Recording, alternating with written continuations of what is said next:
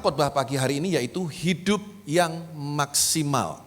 Tulis di live chat, hidup yang maksimal. Ya, yang ada di rumah, tulis di live chat, hidup yang maksimal. Saudaraku, apa itu hidup yang maksimal? Hidup yang maksimal bukan soal jadi apa kita saat ini. Hidup yang maksimal bukan soal berapa lama kita hidup. Bagi saya hidup yang maksimal adalah ketika kita bisa menggenapi apa yang menjadi rencana Tuhan dalam hidup kita masing-masing.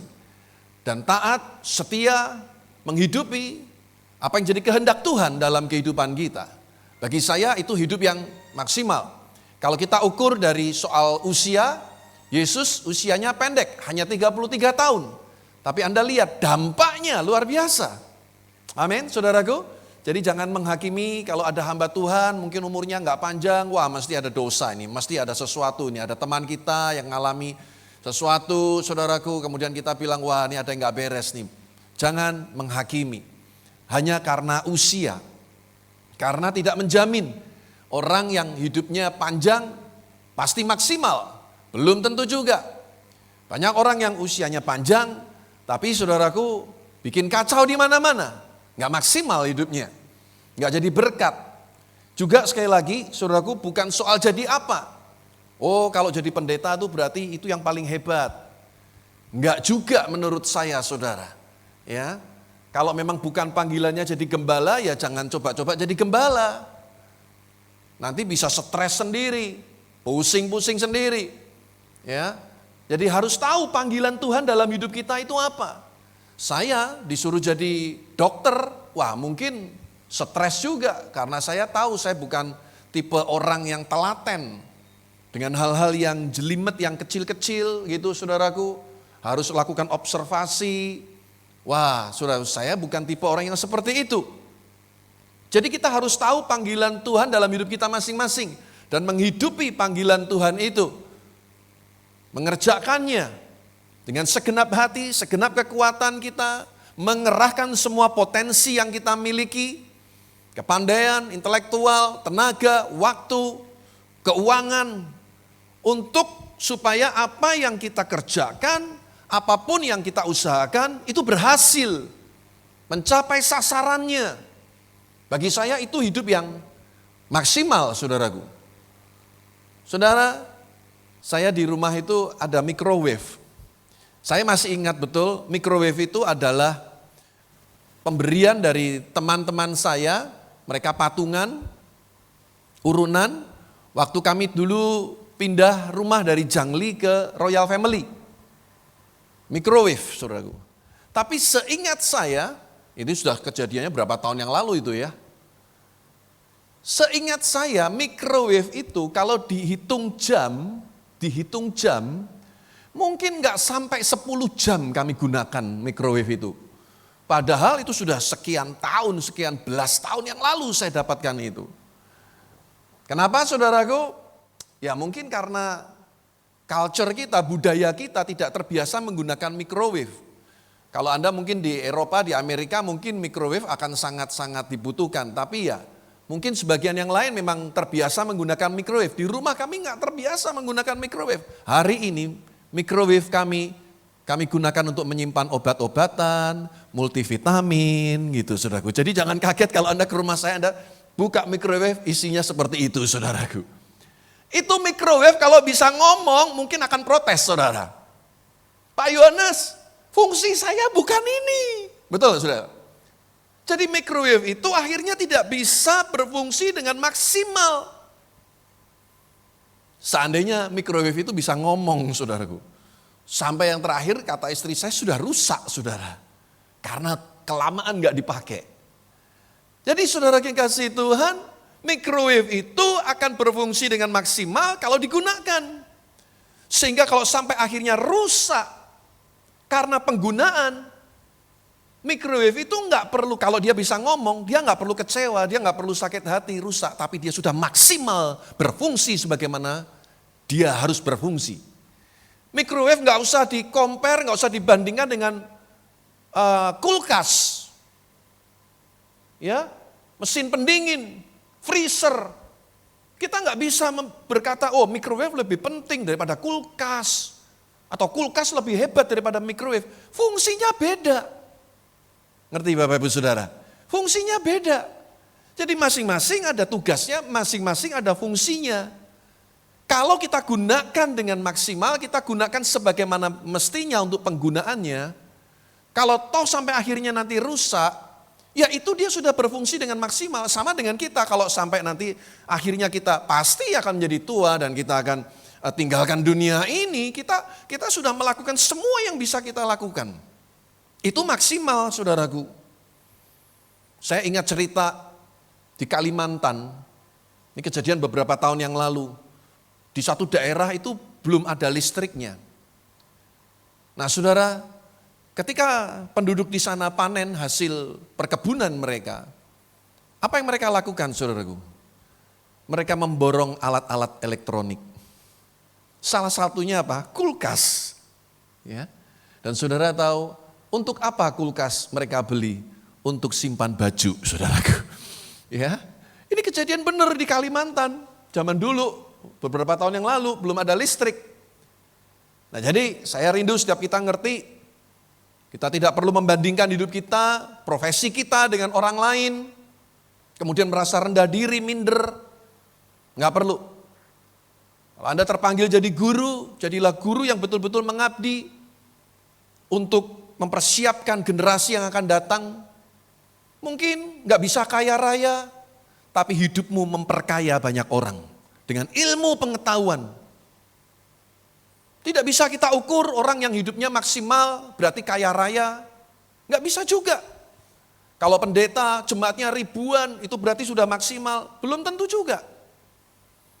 Atau ada yang beranggapan wah kalau pendeta itu hidupnya sederhana berarti dia nggak berhasil, dia nggak sukses. Itu manusia semua yang menilai. Saudara, Indonesia ini patut berbangga. Ada seorang remaja putri yang sangat hari-hari ini sangat penting peranannya di tengah-tengah pandemi. Namanya Karina Citra Dewijo. Barangkali Anda ada yang sempat dapat di WA. Beliau ini adalah bekerja sebagai postdoctoral research scientist di Jenner Institute, Oxford University di Inggris. Nah, dia ini saudaraku adalah penemu dari formula untuk produksi massal vaksin Oxford AstraZeneca. Sehingga hasilnya bisa 10 kali lipat lebih banyak. Orang Indonesia. Dia harus bekerja 7 hari dalam seminggu. Kapan istirahatnya? Hanya waktu pulang tidur, pagi-pagi bangun, berangkat lagi kerja. 7 hari dalam seminggu, tidak ada off-nya, tidak ada hari liburnya. Hari-hari ini dia harus bekerja dengan keras luar biasa. Saudara, dia betul-betul tahu bagaimana hidup dengan maksimal. Dia korbankan masa mudanya, mungkin gak punya kesempatan untuk pacaran, dia gak punya kesempatan untuk jalan-jalan. Dia harus kerja, karena memang kepandaiannya, tenaganya sedang dibutuhkan hari-hari ini. Nah saudara yang kasih Tuhan, saya ingin mengambil satu tokoh di dalam Alkitab, yaitu Yosua. Bagaimana dia memiliki satu kehidupan yang maksimal, saudaraku. Nah coba kita lihat sama-sama, saudaraku. Yosua pasal yang pertama, ayat yang pertama dan yang kedua.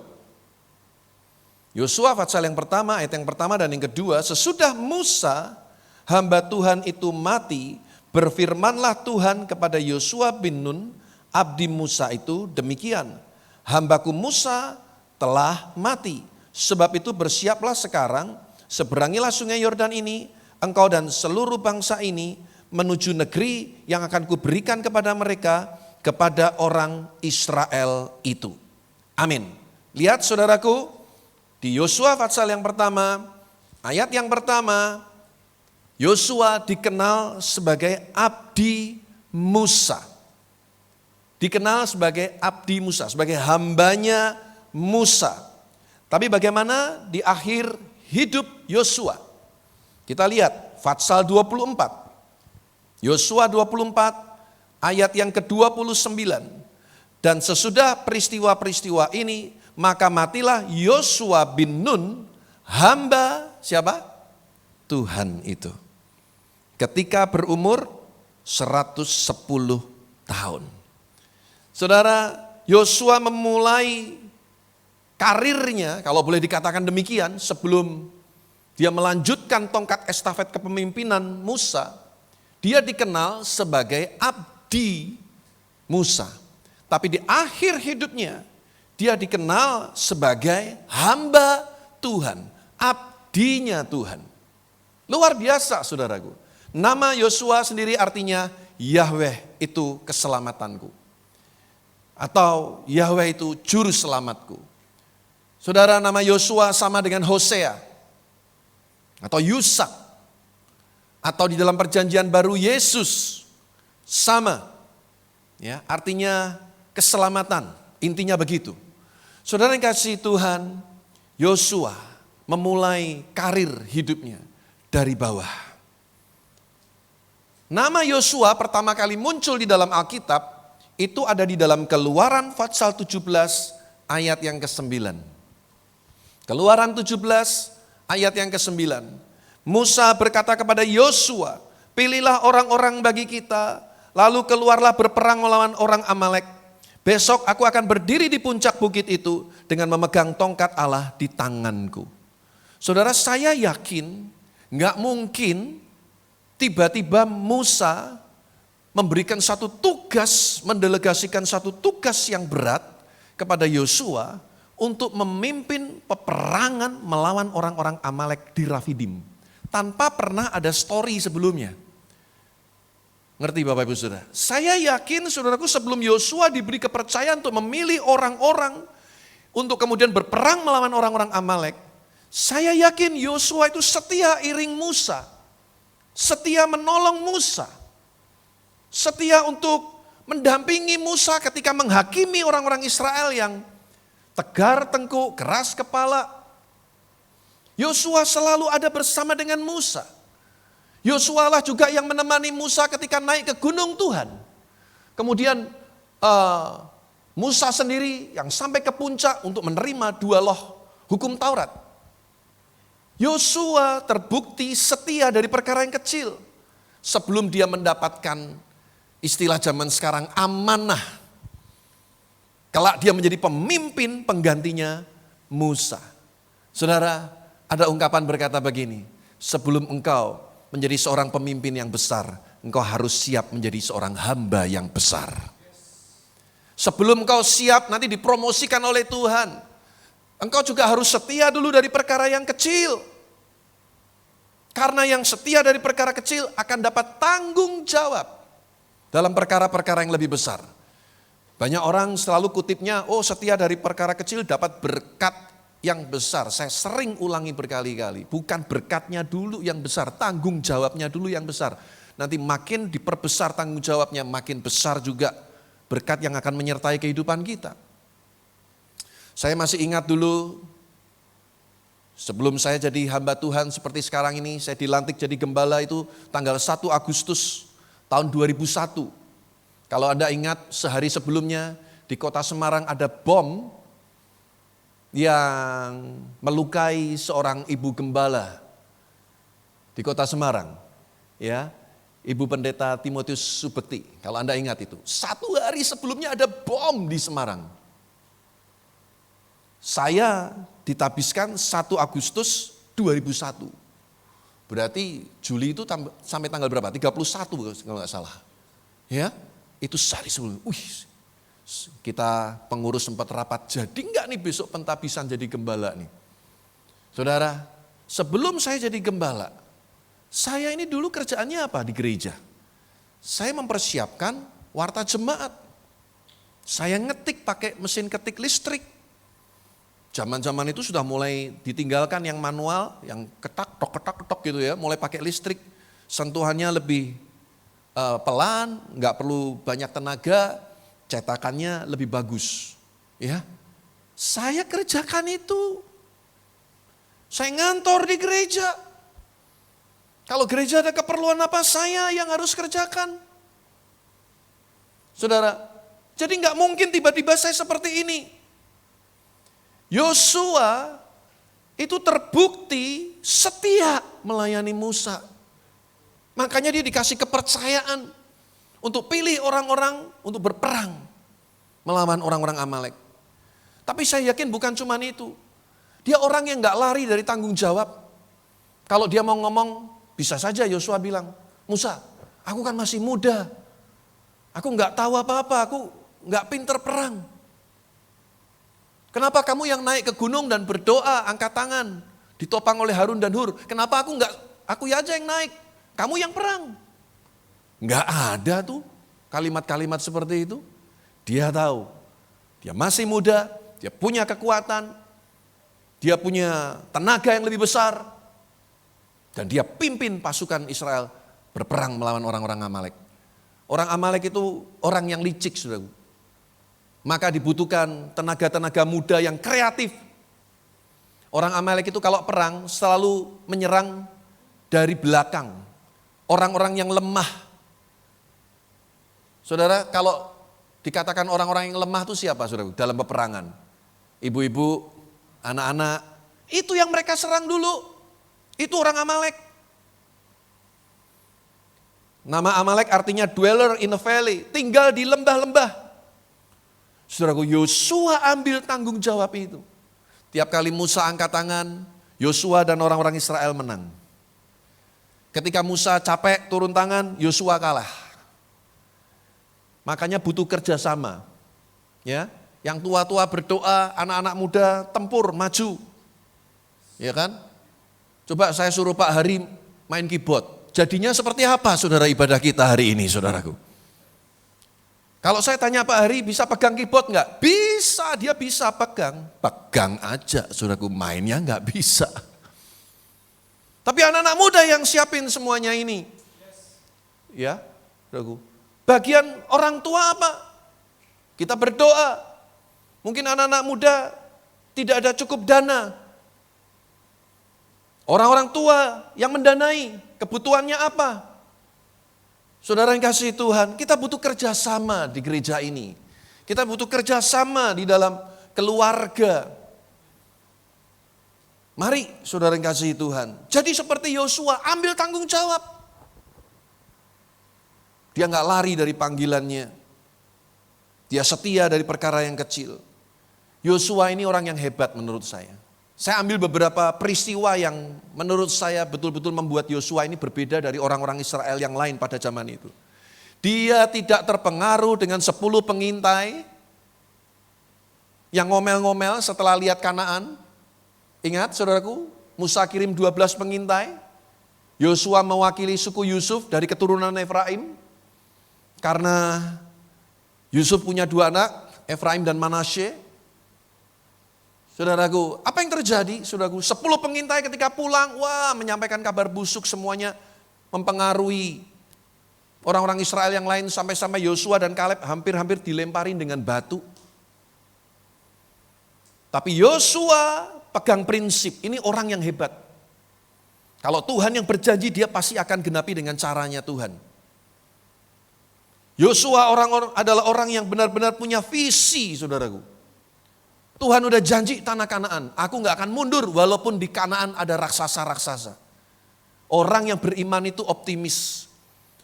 Kalau orang optimis itu selalu lihat kesempatan-kesempatan di balik kesempitan-kesempitan. Orang yang pesimis itu orang yang gak punya iman. Selalu lihat kesulitan-kesulitannya di balik kesempatan-kesempatannya. Makanya saudaraku, orang yang beriman itu bisa dilihat dari omongannya. Orang yang beriman itu kata-katanya membangun, kata-katanya positif, menguatkan. Orang yang tidak beriman pun juga kelihatan dari cara ngomongnya. Selalu melemahkan, selalu melihat ketidakmampuannya dulu. Tapi orang yang beriman seperti Yosua ini, enggak, Tuhan yang janji setia, kita pasti akan rebut itu tanah Kanaan. Padahal ada orang-orang raksasa di sana. Saudara ingat juga bagaimana Yosua, saudaraku, ketika masuk ke Kanaan harus perang dulu lawan Yeriko. Bayangin saudaraku, itu kota yang berkubu, temboknya itu bisa untuk lalu lalang kereta, konon lebarnya sampai 6 meter. Bayangin saudaraku. Dan tembok zaman dulu itu adalah benteng perlindungan satu kota. Kalau temboknya roboh saudaraku, udah hancurlah kota itu saudaraku. Yosua memimpin pasukan untuk merebut Yeriko. Mengalahkan Yeriko. Yosua lah yang memimpin orang Israel akhirnya untuk membagi tanah Kanaan. Bayangin saudaraku, enggak gampang loh bagi mereka. Saya pernah retreat, pengurus tuh sampai pusing. Bagi kamar lo gegeran saudaraku. Aku mau tidur sama itu, lu jangan sekamar sama ini, ngoroknya kenceng. Aku mau sama yang ini, pusing kalau jadi panitia itu saudaraku. Baru bagi kamar aja ribut saudaraku. Nanti makanan protes lagi. Makanannya kok gini, nggak enak. Sudah minta subsidi, protes lagi saudaraku. Ya, waduh saudaraku, baru soal retreat. Cuman 100 orang, 150 orang ribut. Ini 2 juta bagi tanah. Wih, zaman dulu belum ada kelapa kopior barangkali. Itu kalau kita sekarang, wis orang Jawa bilang dase wis kopior saudaraku. 2 juta tegar tengkuk keras kepala. Saudara yang kasih Tuhan. Ya, ini sebentar lagi mau Natal. Saya itu paling males rapat-rapat. Ya, saya paling males suruh rapat-rapat. Kita nih zamannya udah praktis, taktis, efektif, efisien. Ya, yang penting dengan hati. Amin, saudaraku. Ada yang bilang hati itu apa Pak? Harta dan properti. Lu bukan saudaraku. Ya, aku mencintai engkau. Apa maksudmu cintamu? Iya, aku berharap kamu bisa memberi aku cincin dan permata. Waduh gawat saudara. Natal berkali-kali dulu saya perhatiin juga gitu. Kalau udah rapat, aduh. Lah memangan gudeg kayak memangan apa? Lontong opor. Kadang saya, udah terserah saya bilang. Seksi konsumsi rapat sendiri. 1,5 jam. Cuman mau milih gudeg. Gudegnya mau pakai koyor atau pakai telur. Atau, aduh pusing ya sudah. Makanya saya sampai kalau rapat tuh pengen males saudara. Udah cepet. Seksi konsumsi apa? Udah mikir sendiri ke sana. Acara kumpul sana sendiri. Nanti lain waktu maksudnya. Tapi waktu kumpul ya kumpul dulu. Garis besarnya saya bagikan. Bagi siapa yang tugas. Selebihnya kerja. Gitu saudaraku.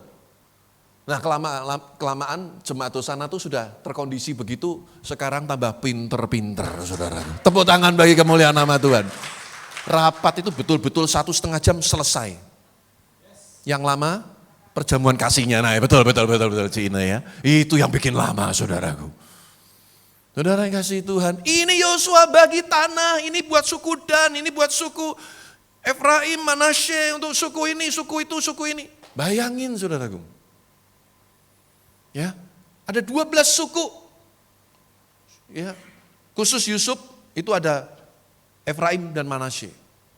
Saudara yang kasih Tuhan, karena Yusuf lah yang menolong orang-orang Israel. Ketika di Kanaan terjadi kelaparan, Yusuf menolong ketika dia ada di Mesir. Saudara, saya mau katakan pada saudara, ini orang yang hidupnya maksimal benar nih. Sampai hari matinya disebut sebagai hamba Tuhan. Dia kerahkan semua potensi dalam hidupnya, kepandaiannya, kekuatannya, tenaganya. Saya ini jadi orang Indonesia tuh kadang ya malu ya, kadang Indonesia ini jadi bahan olok-olokan. Konon katanya saudaraku di sorga itu, ini cuma cerita ya, otak yang paling murah tuh orang Jepang katanya. Kenapa saudaraku? Karena udah terlalu buat bikin elektronik itu, bikin mobil, bikin apa, Jepang kan hebat. Ya kan? Di era-era tahun abad yang ke-19 gitu mulai penemuan-penemuan itu, wah orang-orang Jepang tuh hebat. Makanya otaknya tinggal 25%, makanya murah.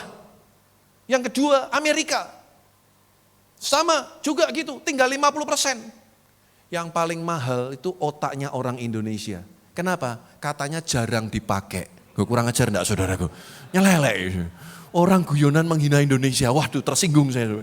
Ya, Katanya orang Indonesia tuh otaknya masih 99% karena jarang dipakai katanya. Saudara, saya rindu setiap kita, yuk hidup kita harus maksimal. Amin. Yang ibu-ibu rumah tangga, jangan lalu iri sama wanita karir. Kalau memang panggilan kita ibu rumah tangga, maksimal. Jadi ibu rumah tangga. Ya, suami pulang tuh rumah bersih. Karena memang pekerjaannya pekerjaan rumah tangga dan jangan anggap remeh loh. Pekerjaan ibu rumah tangga, capek. Karena saya ngerasain. Sejak pandemi kita nggak ada asisten rumah tangga, saudaraku. Kita kerjain sendiri, ya tentunya anak-anak juga ikut bantu. Ya, saudaraku, wih capek loh. Sekarang saya ngerti betul loh, jangan ngeremehin loh, ibu rumah tangga loh. Ya, jadi saudara yang maaf kata ya, orang-orang di luar sana yang kerjaannya bersihin jalan, sapu-sapu jalan, jangan anggap remeh. Hari-hari ini tuh saya tuh kalau lihat orang-orang yang orang dulu bilang Pak Ogah, yang ngatur-ngatur jalan itu loh. Ya, di perempatan, di pertigaan, persimpangan jalan. Saya sediain uang untuk mereka. Kenapa? Setelah saya pikir-pikir, menolong loh mereka itu. Mereka bukan minta-minta sama kita loh. Mereka tuh banyak menolong. Tentunya kalau beri ya berilah dengan ikhlas, dengan sukacita. Jangan ngomel-ngomel saudaraku. Gak mau kasih, mereka gak minta. Beda lagi memang betul-betul pengemis. Nah kita kadang gak tahu nih, ini orang ternyata pulang nanti jalannya lempeng lagi, ada mobil parkir di sana dia saudaraku. Waktu ngemis jalannya goyang-goyang gini saudaraku. Pakaiannya compang-camping, ternyata tabungannya puluhan juta. Ya, ke-BCA-nya prioritas, saudaraku, keren. Ya. Tapi saudara yang kasih Tuhan, mari kita harus tahu panggilan Tuhan dalam hidup kita masing-masing. Nah kembali kepada kisah Yosua ini lihat Ulangan 34 ayat yang ke-9. Ulangan 34 ayat 9. Dan Yosua bin Nun penuh dengan roh kebijaksanaan, spirit of wisdom. Sebab Musa telah meletakkan tangannya ke atasnya. Sebab itu orang Israel mendengarkan dia dan melakukan seperti yang diperintahkan Tuhan kepada Musa. Yosua punya yang namanya spirit of wisdom. Kalau Anda mau jadi leader yang berhasil, ini spirit yang Anda butuhkan. Wisdom, hikmat, kebijaksanaan. Karena saya pernah ngalami, jadi cuma tukang ketik warta gereja. Saya ngalami latihan musik, enak sekarang tinggal datang begini AC. Kita mesti dulu pindahan, bawa drum, bawa keyboard, bawa gitar. Dari pederesan ke lingkungan industri kecil di Genuk sana. Karena nggak boleh latihan di kampung pederesan, diributin. Dan kita juga bikin ribut. Ya, orang kampung juga terganggu.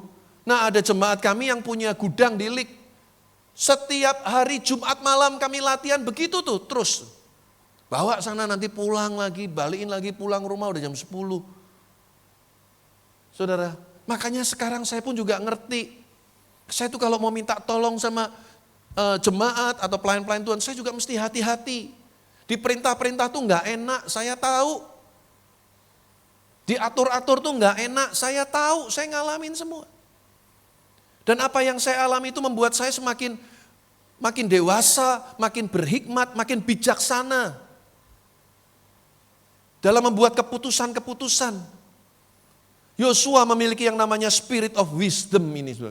Sehingga dia bisa pimpin 2 juta orang Israel masuk ke Kanaan. Musa hanya membawa orang Israel keluar dari Mesir.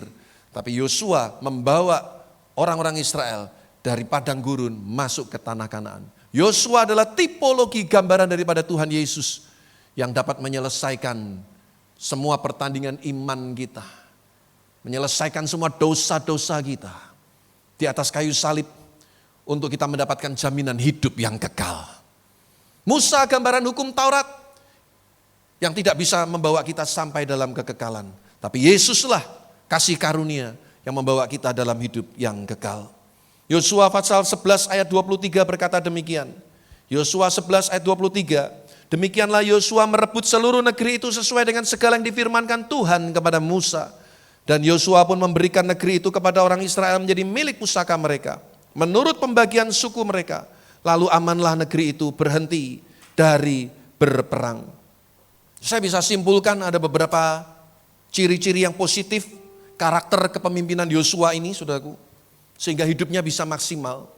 Yang pertama, dia itu hamba yang setia. Yang kedua, dia tidak lari dari tanggung jawab. Ya, dia tidak lari dari tanggung jawab. Dan yang ketiga, Yosua ini gambaran orang yang memiliki prinsip dan visi yang kuat. Enggak tergoyahkan. Saudara, saya tutup dengan ayat di dalam Yosua 24 ayat 15. Ini fatsal terakhir dari kitab Yosua. Di hari tuanya dia bilang begini, saudara, sebelum dia mati. Saudara, ketika orang-orang Israel mulai berubah setia lagi dengan Tuhan, dia bilang begini, saudaraku. Yuk kita baca sama-sama ya, Yosua 24 ayat 15, 2, 3. Tetapi jika kamu anggap tidak baik untuk beribadah kepada Tuhan, pilihlah pada hari ini kepada siapa kamu akan beribadah. Allah yang kepadanya nenek moyangmu beribadah di seberang sungai Efrat, atau Allah orang Amori yang negerinya kamu diami ini. Tetapi aku dan seisi rumahku, kami akan beribadah kepada Tuhan. Amin, saudaraku. Yosua pegang prinsip. Dia bilang sama orang Israel, kamu mau nyembah siapa terserah. Tapi aku dan seisi rumah tanggaku, kami akan beribadah kepada Tuhan. Saya berdoa kita juga punya prinsip yang sama. Apapun yang terjadi, kita satu keluarga harus kompak, harus setia, harus sehati untuk beribadah hanya kepada Tuhan yang kita kenal di dalam nama Tuhan Yesus Kristus. Amin. Sekali lagi beri kemuliaan bagi Allah kita yang luar biasa.